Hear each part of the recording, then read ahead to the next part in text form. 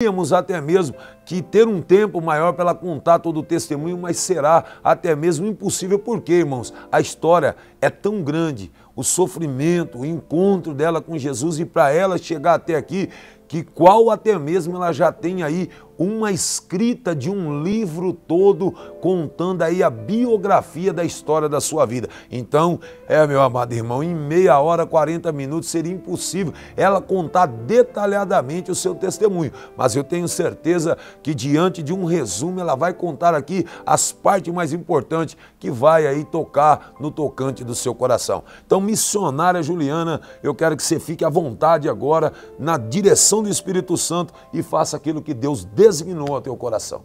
Amém. Eu agradeço a oportunidade mais uma vez de estar aqui compartilhando com você, meu amado irmão, que muitas das vezes passa por uma situação difícil, situação até mesmo de rejeição, mas pode ter certeza que ainda que seus pais te rejeitarem, Deus é aquele que não te rejeita. Porque Ele é fiel, Ele é verdadeiro. E é isso que eu quero levar hoje ao teu coração. Gostaria que você ligasse teu pensamento agora.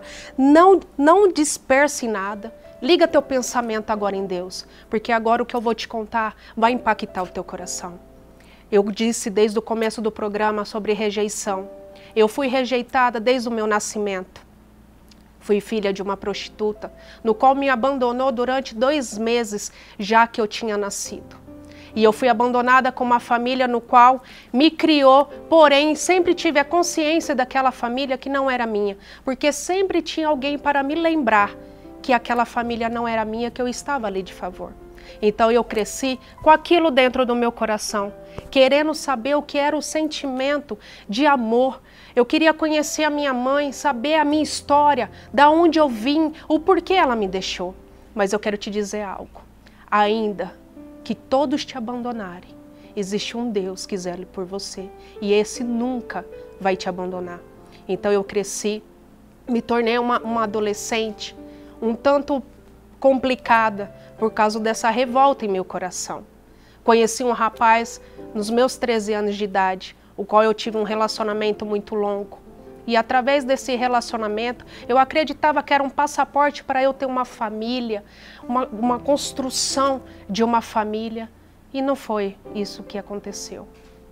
Infelizmente, os anos foram se passando e as agressões veio com o tempo. Fui agredida, fui violentada, fui desprezada. E tudo aquilo que eu acreditava que um dia eu poderia ter, não foi o que houve, não foi o que aconteceu. E eu não denunciava, assim como muitas mulheres que são também violentadas, não somente por medo, mas até mesmo por pena, porque eu vivi uma história de rejeição, então eu achava que aquilo que eu estava vivendo com ele era normal.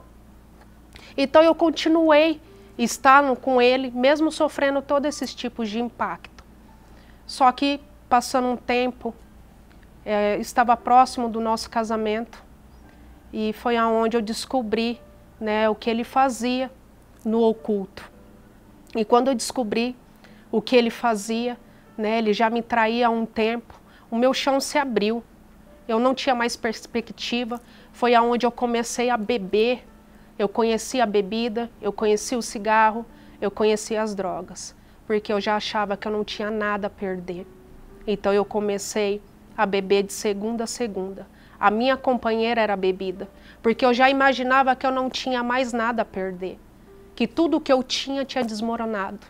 Eu já não tinha pai, eu já não tinha mãe, eu já não tinha ninguém, porque eu não tinha a figura paterna nem materna ao meu lado. E tudo que eu passava com ele, eu escondia de vergonha, porque sentimos envergonhados. Então foi aonde eu conheci o mundo de verdade como ele é. Eu me aprofundei na escuridão, nas trevas, e ali eu bebia, eu fui me afundando cada vez mais, e cada vez mais eu procurava prazeres diferentes, que só o mundo proporcionando, mas numa ilusão. Ele te proporciona algo para te lubridiar, para te enganar, para você sentir aquela sensação no qual ali você está satisfeito, mas não é verdade, porque tudo passa. Você pode beber, você pode usar droga, você pode usar a cocaína, mas quando você retorna, a tua vida continua a mesma. o teu problema não foi embora. E era o que acontecia comigo. Eu ia, trabalhava, saía às 6 horas do emprego e a primeira coisa que eu fazia era parar num bar. Eu fiquei alcoólatra, bebia demais, chegava todos os dias embriagada. E cada vez mais eu era desprezada, porque ninguém via em mim um futuro. Que futuro teria uma mulher no qual parava num bar e bebia até mesmo sozinha, porque eu não precisava de companhia para estar ali, né, bebendo num bar. Foi quando eu conheci um rapaz que mudou toda a minha história, que mudou toda a minha visão, que hoje ele é meu atual esposo. Eu conheci ele e a história dele não era muito diferente da minha. Quando eu o conheci, eu estava embriagada, drogada, e ele se aproximou de mim e ainda quis me ajudar, me vendo naquele estado. E eu comecei a enxergar algo nele no qual talvez ninguém poderia ter enxergado. E logo ele começou a se abrir para mim quem ele era. Fazia pouco tempo que ele tinha saído da prisão. Ele fazia parte de uma facção criminosa, né? E conforme ele fez parte dessa facção criminosa, ele ficou durante 6 anos nessa facção. E ali eu vi uma história muito parecida com a minha. Desde os 13 anos ele fez parte, né, da criminalidade, também foi abandonado por seus pais. Só que ele usou as ferramentas ali que ele tinha em mãos. Então eu juntei o útil ao agradável. Eu ajudava ele e ele me ajudava. Quando foi no ano de 2006, ele foi baleado. Na época, estava tendo aquele toque de recolher devido aos ataques que estavam ocorrendo no estado de São Paulo. Antes dele ser baleado, eu estava em casa e aquilo eu tinha sentido Deus tocar no meu coração, eu estava sentindo uma angústia muito grande. Então eu fui até a casa dele, implorar a ele que não saísse de casa naquele dia. E mesmo assim, ele não obedeceu e saiu. Na época ele me disse que foi levar um amigo para casa. E quando ele estava retornando para casa, ele foi baleado no semáforo, no qual a polícia foi abordá-lo e já desceu atirando no carro, porque ele era considerado de alta periculosidade. Então ali eles atiraram. Conforme bateu a bala no teto do carro, deu tempo dele abaixar e pegou na coluna. Naquele momento, os meus irmãos, eu achei que eu tinha perdido meu esposo. Ele perdeu todos os movimentos da perna. A bala ficou alojada na coluna. Na época o médico não quis operar, né, porque era de alto risco. E ele saiu de lá, daquela maneira, do hospital. Então a polícia conseguiu um mandato de prisão e nós fugimos. Quando nós fugimos, fugimos por própria segurança dele, para que ele se mantesse vivo. Mas na verdade ele estava morto. Ele não conhecia a luz, ele só conhecia as trevas. Ele não conhecia Jesus. Foi quando nós ligamos num canal de TV e nós começamos a ouvir a palavra do Senhor, assim como você está ouvindo agora. E ali nós começamos a ouvir a palavra do Senhor e aquilo começou a tocar em meu coração. E começou a tocar no coração dele. Eu tinha uma ferida na perna e eu lembro como se fosse hoje, que a hora que o pastor pediu para que eu colocasse um copo com água, que ele ia fazer aquela oração. E ao momento que você ingerisse a água, você receberia a cura. E eu fiz. Coloquei o copo com água em cima da TV, tomei aquela água e esperei. Quando foi no dia seguinte, a ferida que estava em minha perna secou. Aquele foi o primeiro sinal de Deus no meu corpo. E aquilo fez com que ele despertasse para algo diferente. Porque ele tinha todo um preconceito, achava que o milagre era para os outros, mas não era para ele. A convite de uma amiga minha, ela me convidou para estar indo na igreja. E naquele momento de desespero eu imaginei, eu não tenho nada a perder. Então eu fui. Quando eu fui, eu cheguei na igreja. Eis que Deus usou um vaso de uma maneira que eu nunca vou esquecer. Eu sentei no último lugarzinho e ali, a hora que eu sentei, ela apontou para mim e disse: minha irmã, você veio aqui hoje porque você veio buscar por alguém que está com problema na justiça. Mas leve a vitória para ele, porque ele não vai ficar preso. Deus tem uma obra linda na vida dele. Irmãos, naquele momento eu caí de joelho e comecei a chorar. Uma mulher que nunca tinha me visto, que não sabia da minha história. Verdadeiramente era Deus que estava falando na boca dela. Eu não sabia orar, eu não sabia como falar. Mas Deus me conhecia, sabia o meu íntimo, sabia o que eu estava passando. Era uma luz no fim do túnel. E era uma promessa que eu me apeguei de uma tal maneira que nunca mais eu soltei desta promessa. Porque pode tirar tudo na tua vida, mas a promessa de Deus, ninguém pode tirar de você. Então eu comecei a orar ao Senhor e falei para que o Senhor falasse comigo. Eu necessitava ouvir a voz de Deus. Eu falava, se verdadeiramente o Senhor está falando comigo, eu vou abrir a tua palavra e o Senhor vai falar comigo. E quando eu abri a palavra, irmãos, saiu em Isaías 44, que eu quero ler com os irmãos, que é uma palavra que vem me alimentando há anos, que diz dessa maneira: o Senhor Deus diz, escuta Israel, pois você é meu servo, o povo que eu escolhi.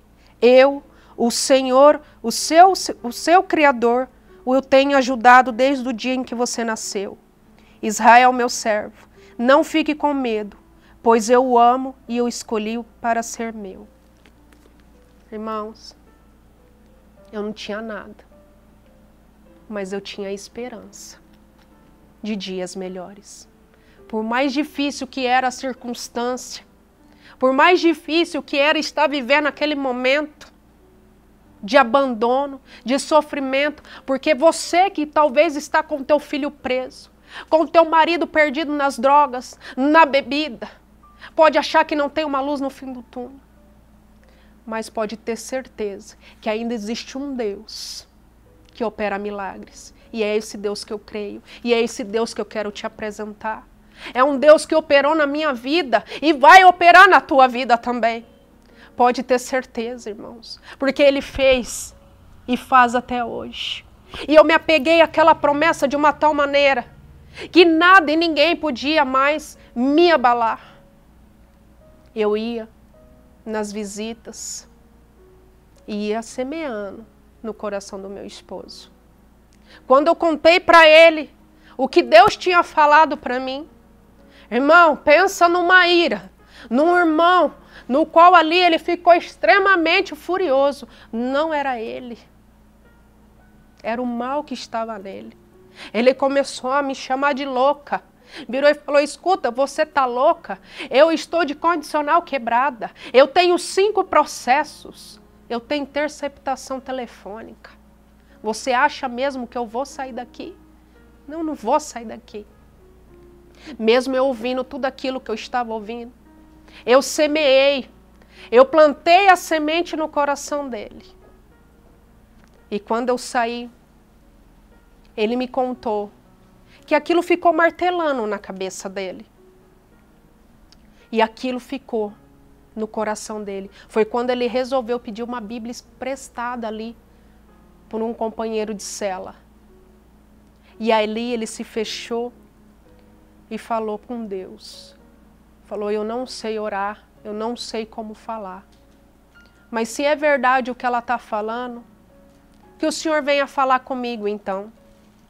E diz que quando ele abriu a Bíblia, saiu a palavra em Isaías 54:17.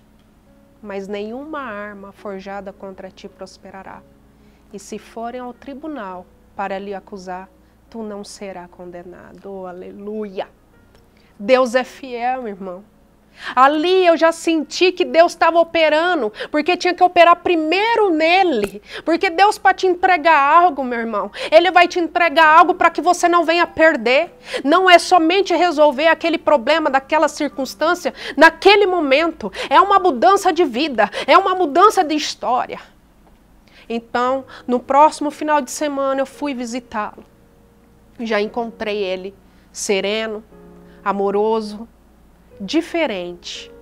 Eu senti que Deus estava operando e cada vez mais eu comecei a buscar mais. Eu falei, eu não vou desistir.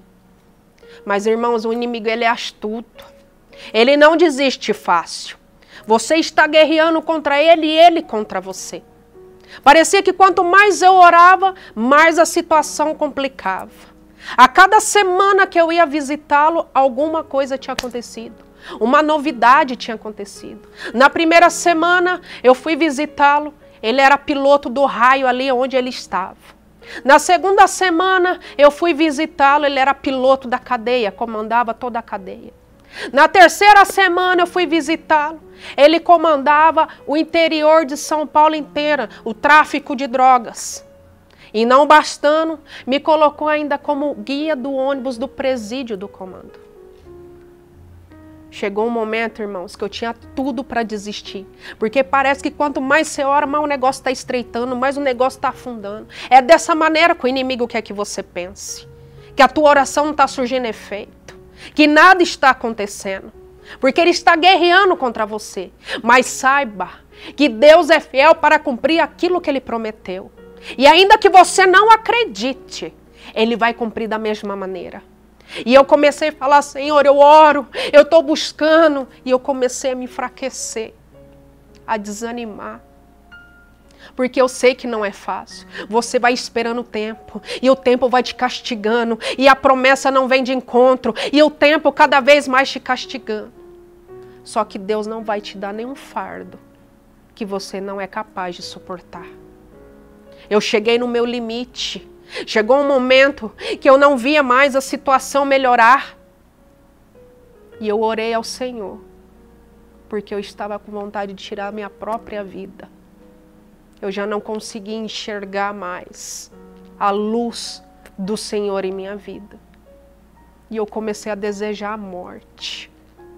Mas o Senhor veio para te dar vida e vida com abundância. Ele é um Deus que veio para te trazer vida. Ele não veio para te trazer a morte. E eu comecei a orar pedindo a Ele a morte. E quando eu acabei de orar, meus irmãos, porque Deus sabia o meu limite, Ele sabia que eu estava esgotada, que eu já não suportava mais aquela situação. O meu telefone tocou. E quando tocou, era o meu esposo, pedindo para que eu arrumasse as malas, me preparasse e fosse buscá-lo. Porque o alvará de soltura estava já na porta da penitenciária. Naquele momento, eu dobrei os meus joelhos e passei a crer num Deus poderoso, porque ao olho humano era impossível aquilo acontecer.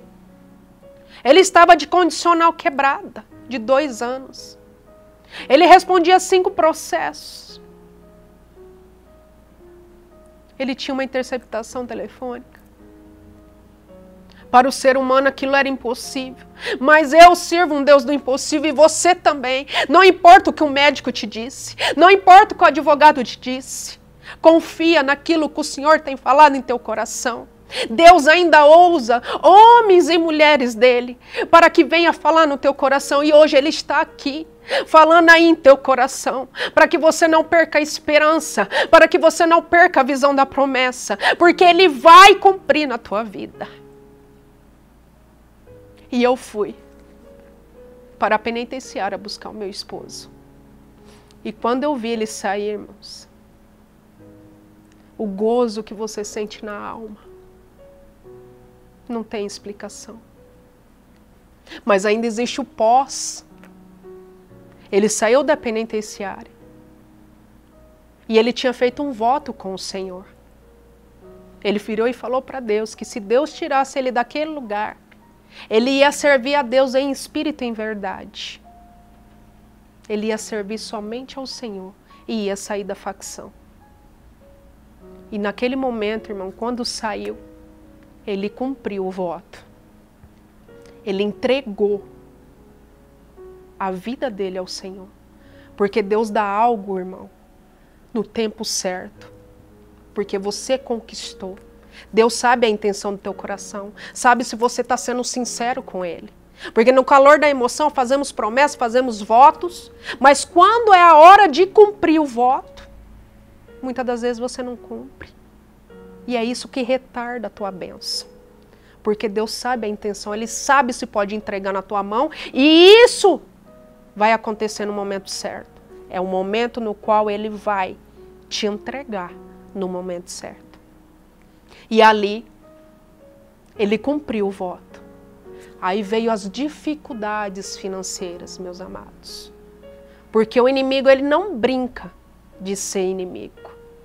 Ele te dá uma ilusão e quando ele arranca de uma maneira humilhante.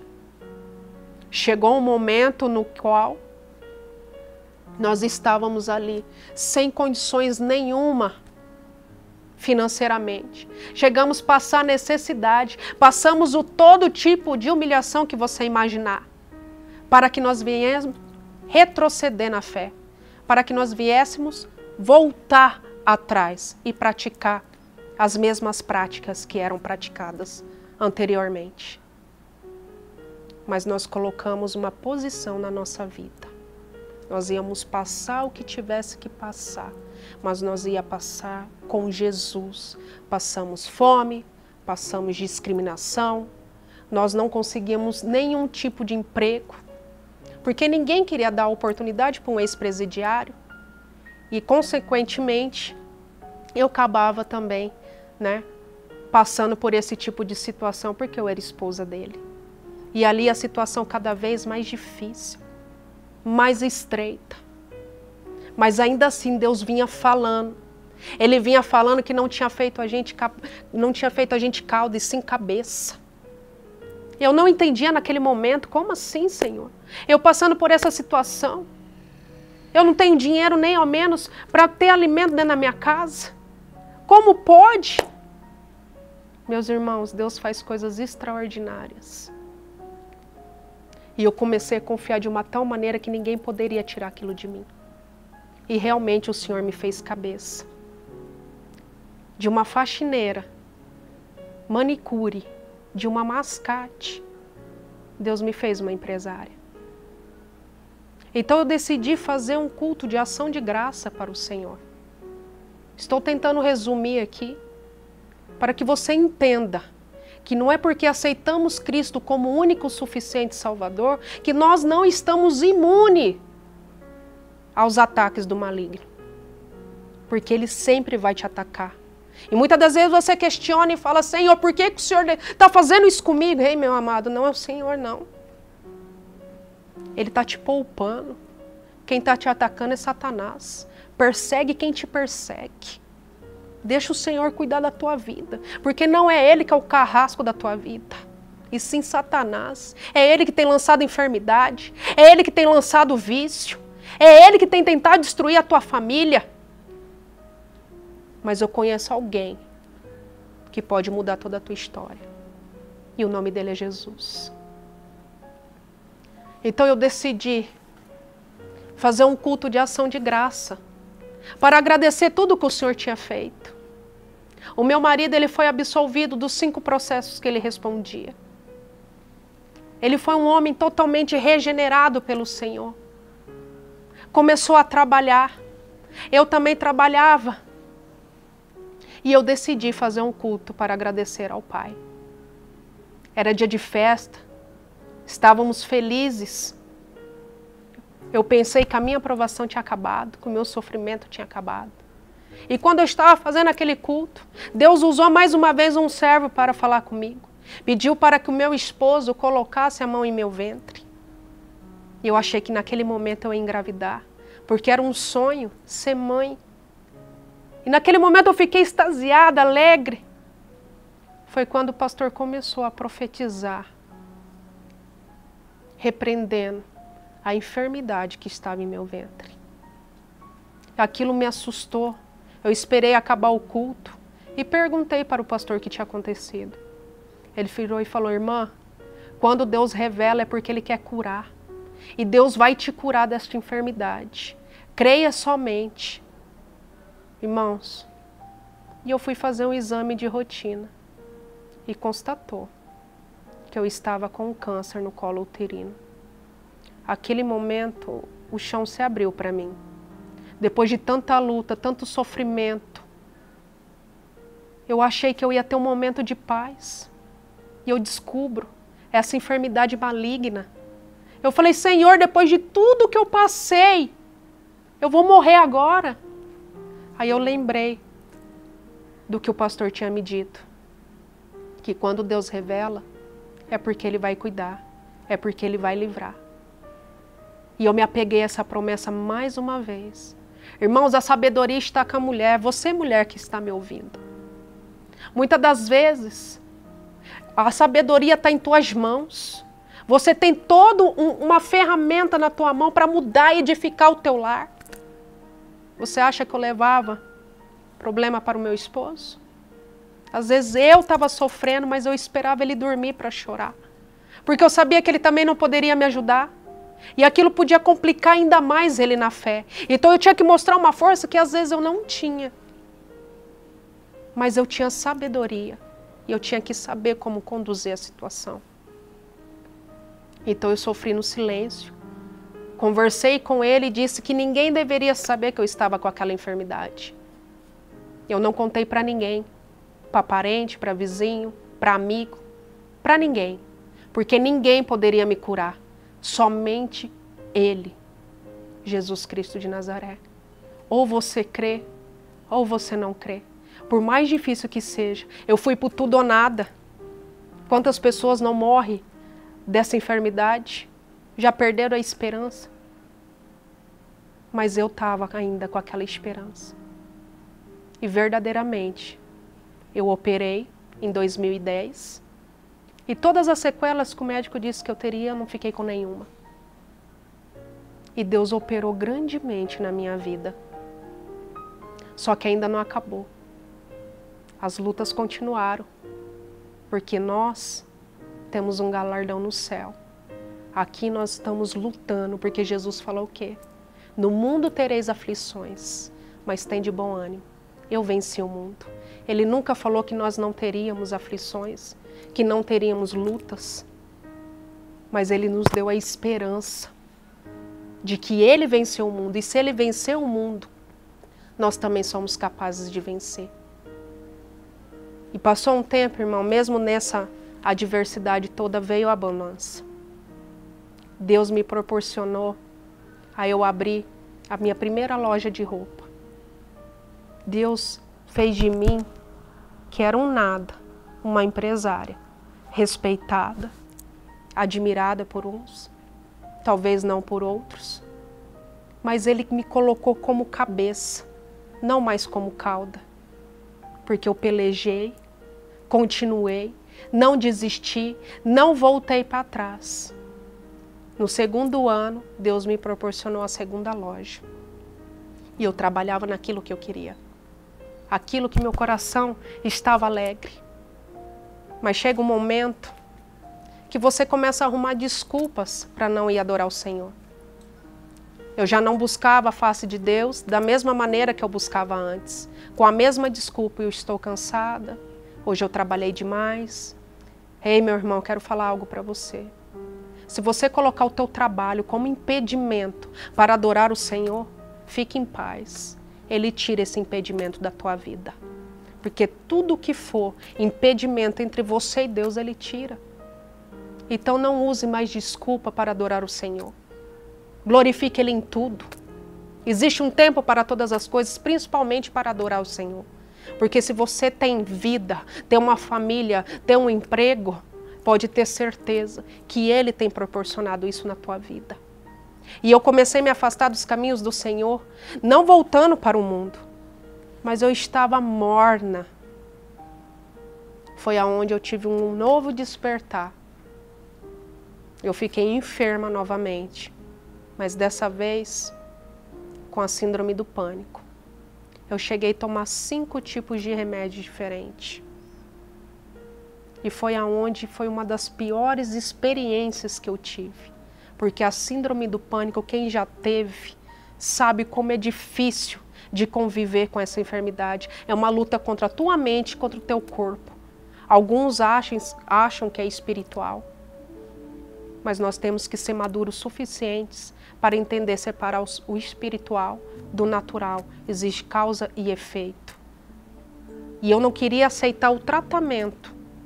Foi aonde o meu pastor me convenceu de eu estar tratando a minha carne.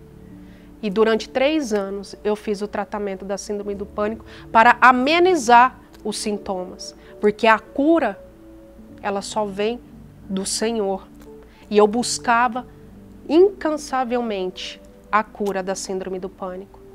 Foi aonde eu entrei num site e descobri milhões de pessoas com esse mal. Porque não somente a pessoa tem que ser tratada, como também a família, para poder entender aquilo que se passa com as pessoas que possuem essa síndrome. Então eu comecei a buscar do Senhor o que Ele queria de mim. Qual era o aprendizado que eu ia ter com essa síndrome? E eu comecei a orar a Ele, pedindo para que Ele me curasse, não mais por causa de mim, mas sim por causa daquelas pessoas, por causa de você, que pode estar aí sofrendo deste mal. Porque tudo que acontece na nossa vida, meu irmão, é para servir também de experiência para salvar outras vidas. Se hoje eu estou aqui, eu já tive um dia no teu lugar, sofrendo do que você está sofrendo hoje. E eu comecei a buscar incansavelmente. Fiz um voto com meu pai, subi ao monte durante 7 dias e foi aonde, no 6º dia, eu desci ao monte e saí de lá curada, para a honra e glória do Senhor. E eu me dediquei totalmente à obra de Deus hoje. Por isso que hoje eu estou aqui, para falar um pouquinho daquilo que o Senhor fez em minha vida, para poder ajudar você que está aí. Eu não sei o que você tem passado, meu amado, minha amada. Mas Deus sabe. E se você puder agora, dobra os teus joelhos, liga teu pensamento ao Senhor, entrega tuas causas na mão dEle e Ele tudo fará. Amém? Eu quero agradecer essa oportunidade